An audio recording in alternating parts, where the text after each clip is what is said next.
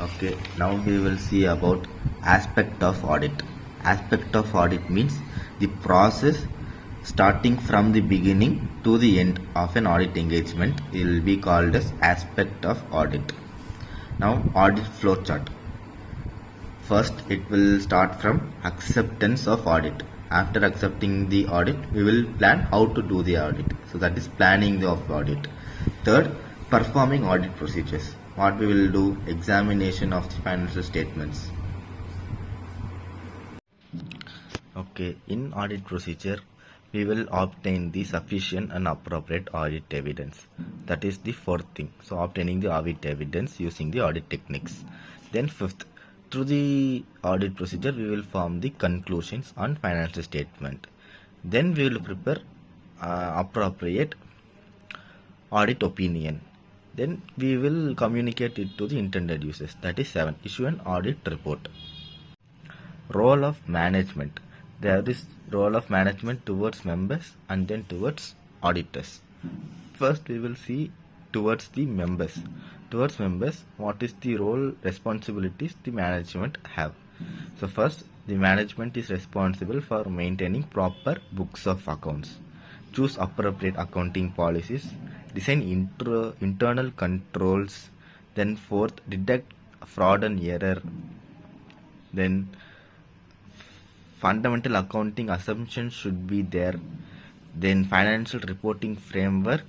On this basis, the financial statement should be prepared.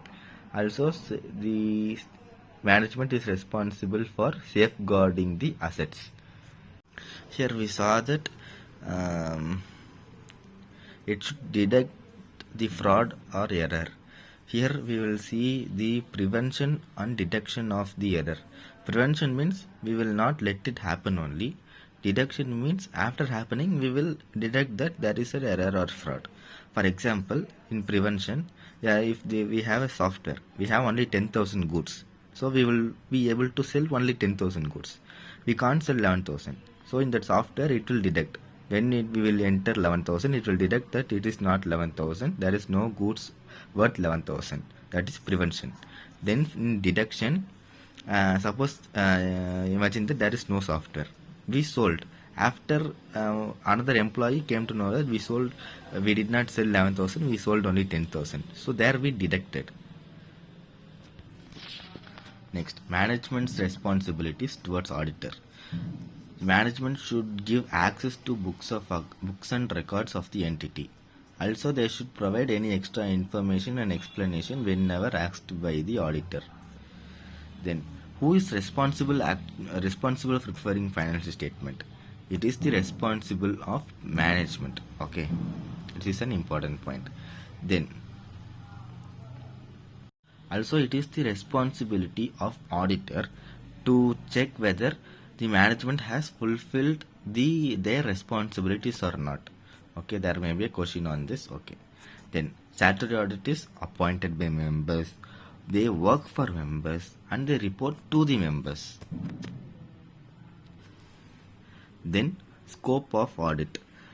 Scope of audit means what are all covered under audit. What audit actually includes, what audit does not include.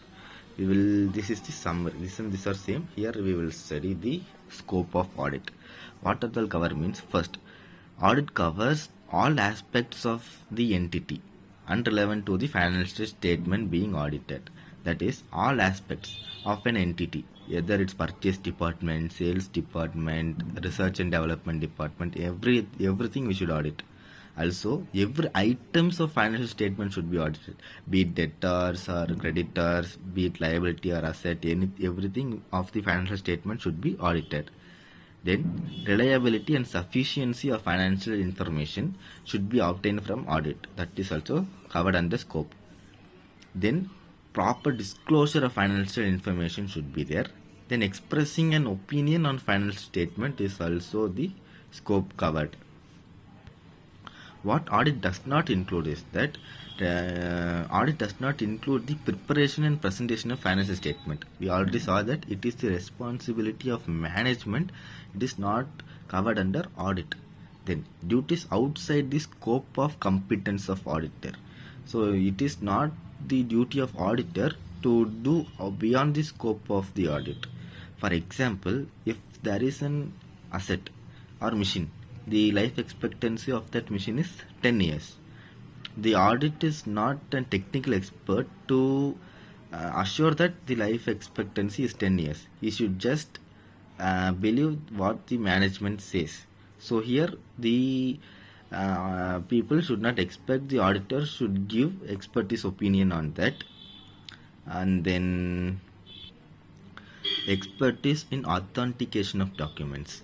If there are documents present, you cannot expect an auditor to say whether it is true document or not. It can be manipulated or fraud document. The auditor is not expert to say whether it is an authenticated document. So here that also is not covered under audit. Then audit is not an investigation. This is very important point. There is a difference between audit and investigation. In audit, we are getting only reasonable assurance, whereas in investigation, we have to give absolute assurance. So, investigation is not, audit is not investigation. In audit, it is just persuasive audit, whereas in investigation, it is a conclusion, solid evidence should be obtained. Audit is true and fair view, but whereas investigation is true and correct thing. Here it will be just audit staff. Here technical expertise will analyze everything. Audit is just an examination and verifying vouching, whereas investigation is a critical examination.